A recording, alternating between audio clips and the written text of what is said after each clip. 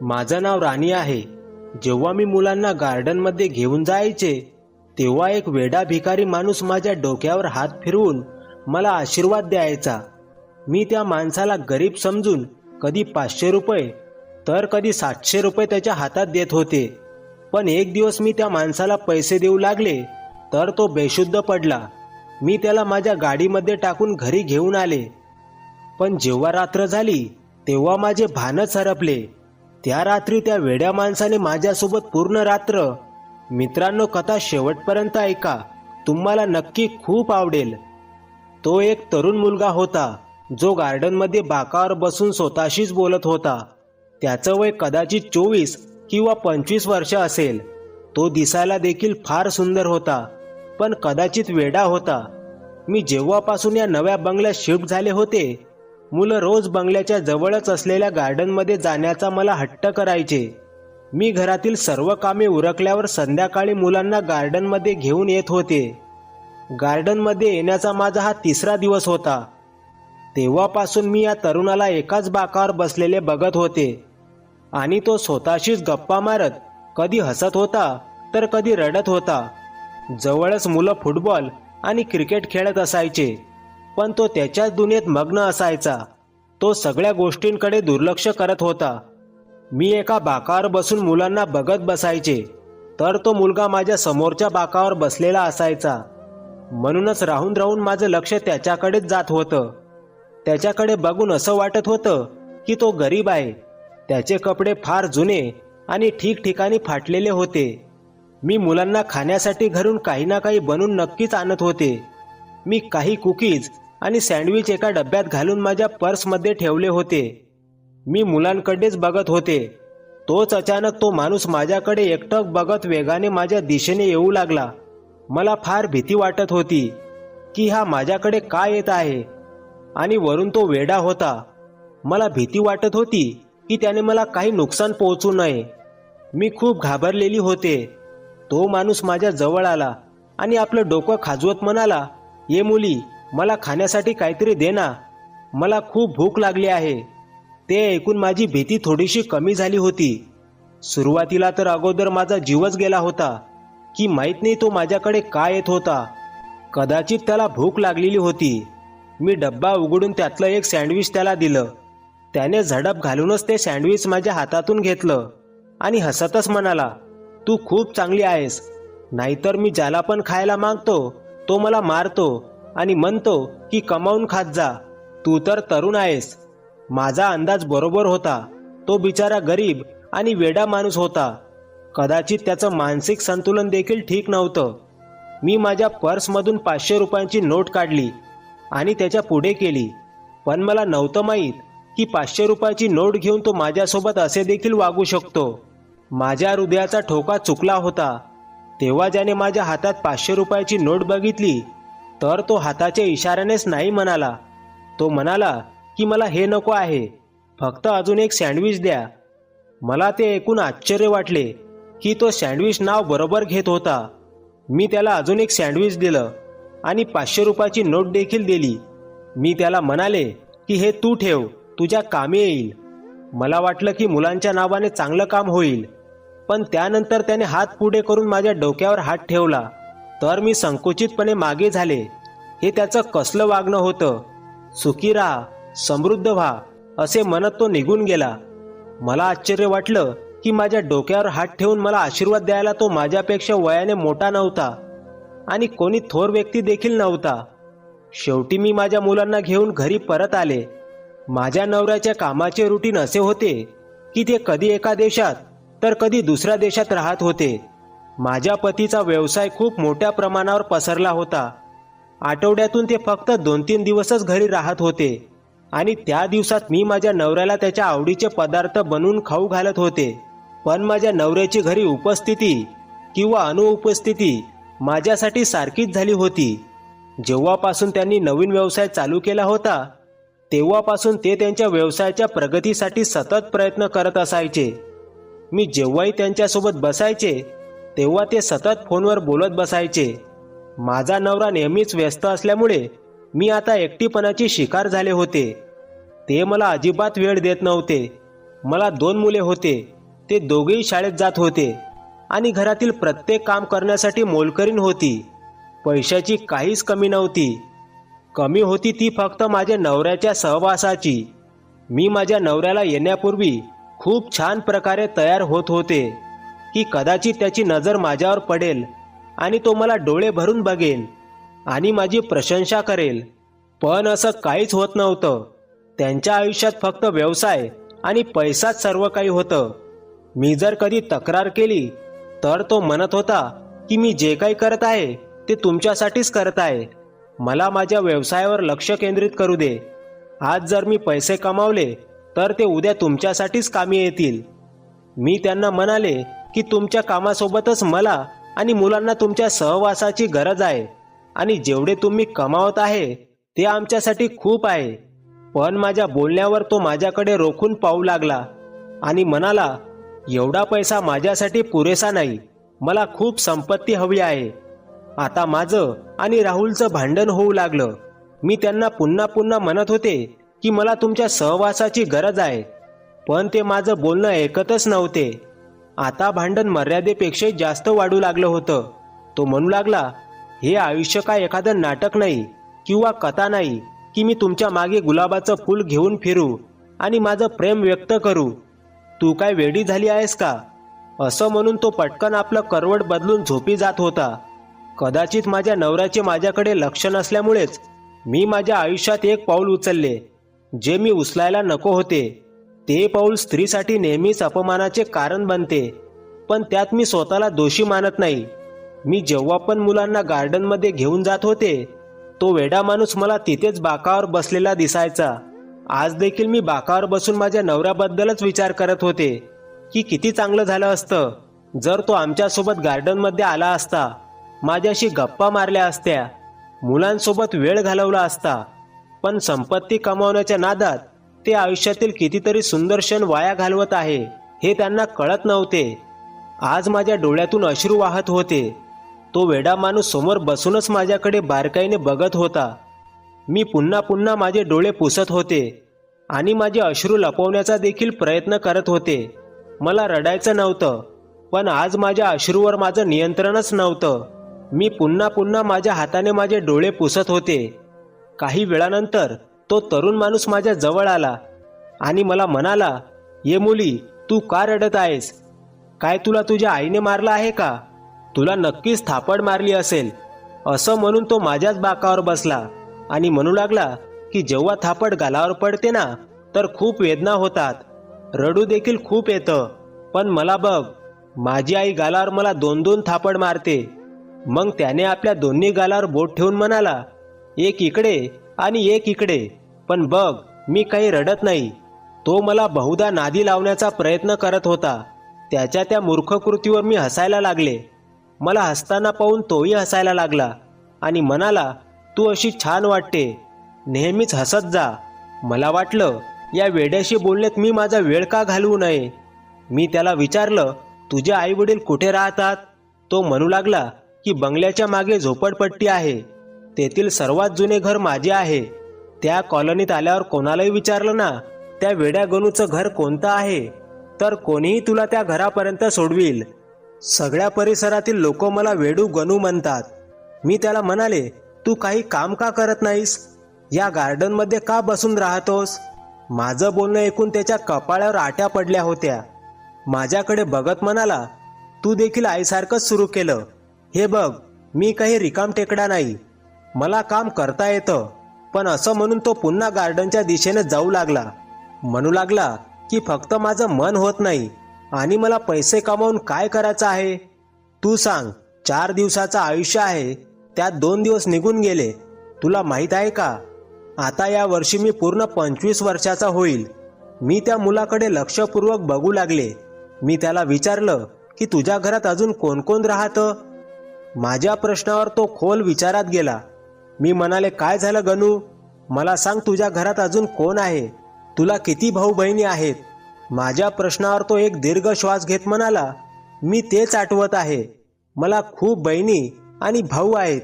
मला नीट मोजायचंही कळत नाही.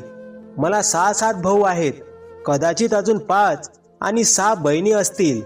असाच विचार करत सांगू लागला, जसं काय खरंच त्याला या गोष्टी आठवत नव्हत्या. मी त्याला विचारलं, काय तू सगळ्यात मोठा आहे का? तो म्हणाला, मी सर्वात मोठा आहे आणि तुम्हाला माहीत आहे की मोठे असणे हा सर्वात मोठा गुन्हा आहे. आई मला म्हणते की तू काम करत जा, मी तुला फुकटच्या भाकरी घालत जमणार नाही. असं म्हणून तो हसू लागला. आईला वाटलं की तिने मला भाकरी दिला नाही तर मी उपाशी राहील, पण बघ, आई देत नाही तर तू मला सँडविच देते आणि माझं पोट भरतं. एवढी कष्ट करण्याची काय गरज आहे? कदाचित तो कष्ट करायला घाबरत होता.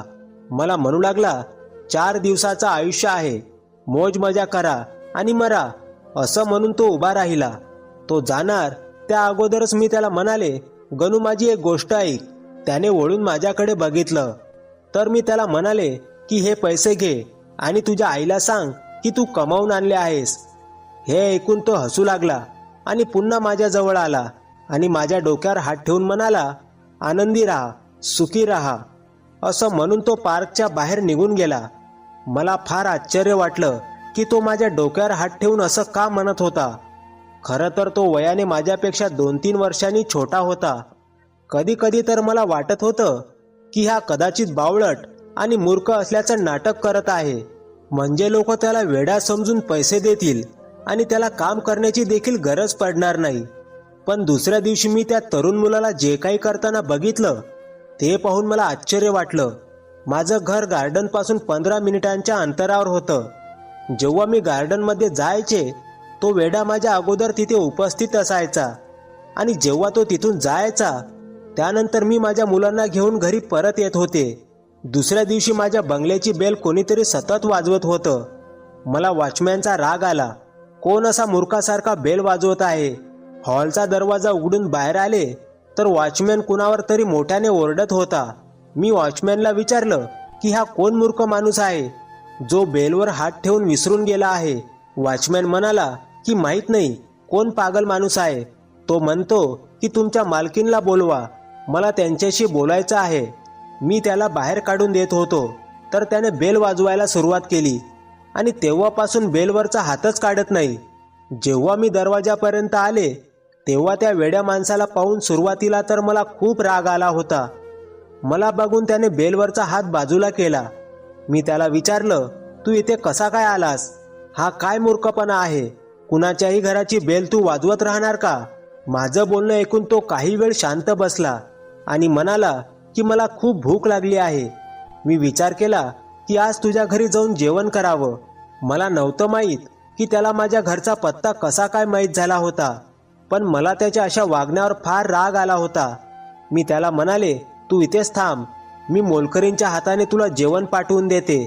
वॉचमॅन म्हणाला की मॅडम हा वेडा माणूस आहे. जर तुम्ही त्याला एकदा जेवण दिलं तर रोज तो जेवणासाठी येथे येत जाईल. तुम्ही सांगत असाल तर मी त्याला 2 काठ्या देऊन इथून हाकलून देतो. मी त्याला म्हणाले, नको, मी त्याच्यासाठी जेवण पाठवते. मी आतमध्ये गेले आणि मोलकरींजवळ जेवण पाठवून दिलं. काही वेळानंतर ती मोलकरीण जेवण घेऊन परत आली. मी तिला विचारलं, काय झालं, तो वेडा माणूस जेवला नाही का? ती म्हणाली, मी जेव्हा बाहेर गेले होते तेव्हा तो निघून गेला होता. ते ऐकून मला फार आश्चर्य वाटलं होतं. जर तो जेवण करण्यासाठी आला होता मग जेवण न करताच का निघून गेला? काही वेळानंतर माझा नवरा घरामध्ये आला. तो अमेरिकेमधून परत आला होता. त्यांना बघून मला अजिबात आनंद झाला नव्हता आणि मी माझा आनंद देखील व्यक्त केला नव्हता, कारण अमेरिकेला जाण्यापूर्वी ते माझ्याशी भांडून गेले होते. जर त्यांना माझी पर्वाच नसेल तर मी का त्यांच्या मागे पुढे फिरत बसू? जर त्यांना माझी काही काळजीच नाही तर मी का माझा अपमान करून घेऊ? मी फक्त माझ्या नवऱ्याला नमस्कार केला तर तो म्हणाला की मला खूप भूक लागली आहे, लवकर खाण्यासाठी काहीतरी दे. मी मोलकरीणला त्यांना वाढायला सांगितलं आणि स्वतः रूममध्ये निघून गेले. सुरुवातीला जेव्हा माझा नवरा यायचा तेव्हा मी किचनमध्ये जाऊन स्वतः त्यांच्यासाठी जेवण बनवत होते आणि तो जेवत असताना मी त्याच्या समोरच खुर्चीवर बसायचे. पण यावेळी मी माझ्या रूममध्ये निघून गेले होते. मला वाटलं होतं की कदाचित माझं असं वागणं बघून त्याला काही फरक पडेल, पण त्याला काहीच फरक पडला नव्हता. तो फक्त माझ्याकडेच नाही तर त्याच्या मुलाकडेही पूर्णपणे दुर्लक्ष करत होता. दुसऱ्या दिवशी मी जेव्हा मुलांना घेऊन गार्डनमध्ये गेले तेव्हा तो वेडा माणूस तिथेच समोर बसलेला होता. परंतु मला बघून त्याने रागाने आपल्या डोक्यावर हात ठेवला, जसा काय तो माझ्यावर नाराज आहे. मुलं तिथं खेळू लागले. तेव्हा मी माझ्या बाकावर बसण्याऐवजी त्या माणसाजवळ गेले. मला पाहताच त्याचा दृष्टिकोन बदलला. मी म्हणाले, गणू, तुला काय झाले आहे? तू का तोंड वाकडं करत आहेस? आणि तू जेवल्याशिवाय का गेलास? तर तो म्हणू लागला की, तुला काय, मी जेवण केलं किंवा नाही केलं? मी तर मित्र समजून घरी आलो होतो, पण तू तर मला भिकाऱ्यासारखी वागणूक दिलीस. मी म्हणाले, पण तू सतत बेल वाजवत होता. या गोष्टीचा मला राग आला. मी टिफिन उघडला आणि त्याला सँडविच दिलं. त्याने पटकन सँडविच घेतलं आणि माझी गोष्ट मान्य केली आणि मग माझ्याशी गप्पा मारू लागला. पहिल्यांदा माझ्या लक्षात आले की तो माझ्याकडे बघत बोलतोय, पण त्याची नजर संपूर्ण गार्डनमध्ये फिरत होती की अचानक गार्डनमध्ये अनेक हवालदार हातात शस्त्रे घेऊन आत आले. ते पाहून गणूच्या चेहऱ्यावरचा रंग उडाला होता. त्याने हातातलं सँडविच तिथेच फेकून दिलं आणि अशा प्रकारे पळू लागला की तो एखादा चोर आहे. ते हवालदार देखील त्याच्या मागे पळू लागले, त्याचा पाठलाग करू लागले. पोलीस म्हणू लागले की कोणी आपल्या जागेवरून हलणार नाही. गणूला अस्ताव्यस्त पळताना पाहून मला भीती वाटत होती. तो पटकन गार्डनच्या भिंतीवरून उडी मारून पलीकडे गेला होता. पोलीस देखील त्याच्या मागे भिंतीवरून उडी मारून पलीकडे गेले. तर मला फार भीती वाटू लागली होती. नेमका हा माणूस कोण होता? काही वेळाने पोलिसांनी मला आणि गार्डनमधील सर्व लोकांना एकत्र करायला सुरुवात केली आणि मग एक एक करून गेटमधून बाहेर सोडले. मी देखील मुलांना घेऊन घरी आले. हे सर्व बघून मुले देखील फार घाबरली होती. मी त्यांना जेवू घातलं आणि रूममध्ये झोपवलं, पण माझ्या मनात सतत गणूचे विचार येत होते. माहीत नाही पोलिसांनी त्याला पकडलं होतं की नाही. तो नेमकं कोण होता? तो खरंच वेडा होता की वेडा होण्याचं नाटक करत होता? असे अनेक प्रश्न माझ्या मनात सतत घोळत होते, पण माझ्याजवळ याचं काहीच उत्तर नव्हतं.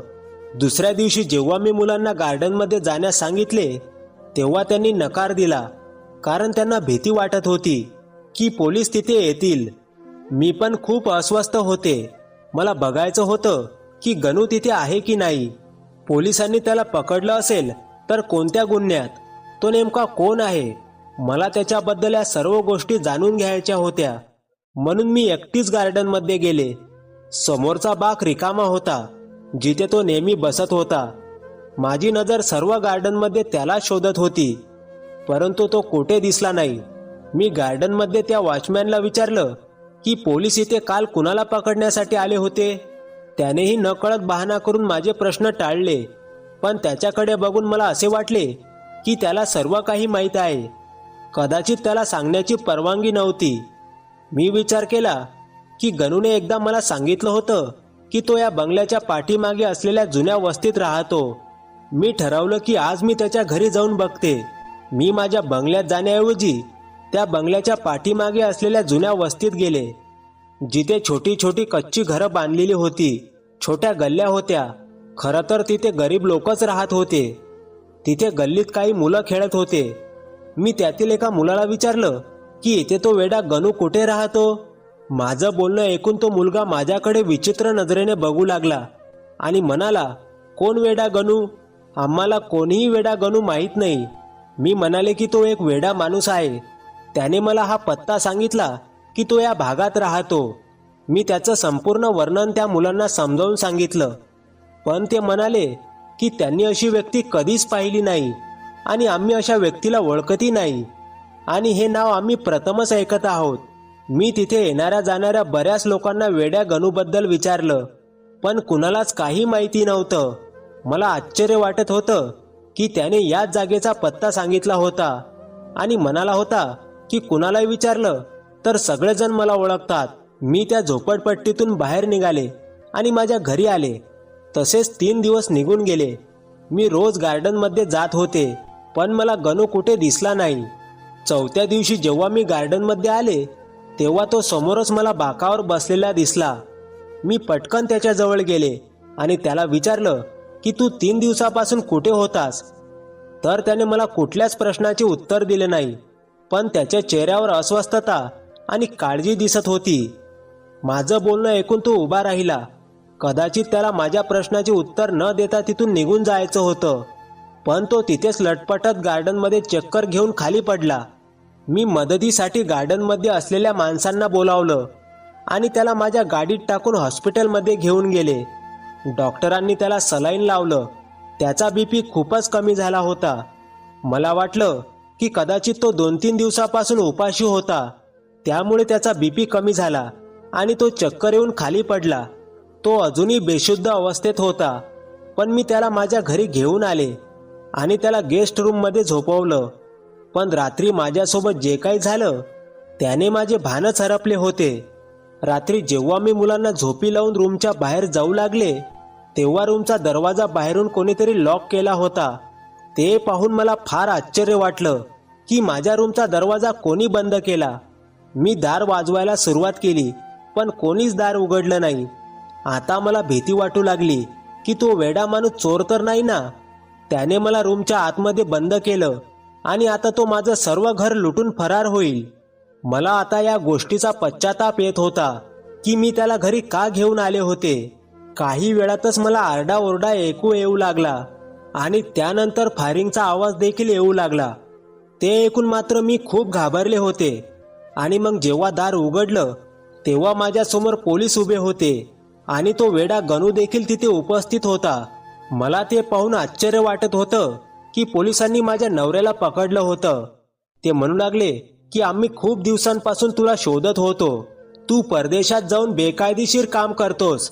ज्याला मी वेडा माणूस समजत होते तो एक पोलीस इन्स्पेक्टर होता. तो म्हणू लागला की तुमच्या घरच्या वरच्या जागेत ते सगळं सामान आहे जो हा बेकायदेशीरपणे आणतो आणि विकतो. मला नव्हतं माहीत की माझा नवरा बेकायदेशीरपणे काम करतो, म्हणूनच तो एवढे पैसे कमावत होता. पोलिसांनी माझ्या नवऱ्याला पकडून नेलं होतं, पण तो वेडा माणूस अजूनही तिथे उपस्थित होता. नंतर तो माझ्याजवळ आला आणि माझी माफी मागत म्हणाला, मला माफ करा, पण तुमच्या नवऱ्याला पुराव्यासहित पकडण्यासाठी मला हे नाटक करावं लागलं. तो म्हणू लागला की मी प्रयत्न करेल की तुमच्या नवऱ्याला कमीत कमी शिक्षा मिळेल, पण हे तेव्हा शक्य आहे जेव्हा तो त्याची कामाची मनापासून माफी मागेल. त्याने माझ्या डोक्यावर हात ठेवला आणि म्हणाला की सुखी राहा आणि समृद्ध राहा. असे म्हणत तो निघून गेला. खरंच त्याने माझ्या नवऱ्याची शिक्षा 4 वर्ष कमी केली होती. 4 वर्षानंतर जेव्हा माझा नवरा परत आला तेव्हा त्याला आपल्या चुकीची जाणीव झाली होती. त्यांनी आपल्या बऱ्याच चुकांसाठी माझी माफी मागितली. मित्रांनो, पैसा हा हाताचा मळ आहे.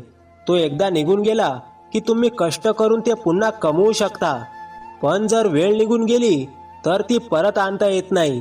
म्हणून तुमच्या आयुष्यातील वेळ तुमच्या प्रियजनांसोबत आनंदाने शेअर करा, जेणेकरून भविष्यात तुम्हाला इतका मौल्यवान वेळ वाया घालवल्याचा पश्चाताप होणार नाही. तर मग मित्रांनो, कथा कशी वाटली कमेंट करून नक्की सांगा आणि चॅनलवर नवीन असाल आणि कथा आवडली असेल तर चॅनलला प्लीज सबस्क्राईब करा. शेवटपर्यंत कथा पाहिल्याबद्दल तुमच्या मनापासून खूप खूप आभार. पुन्हा भेटू नवीन कथेसह. धन्यवाद.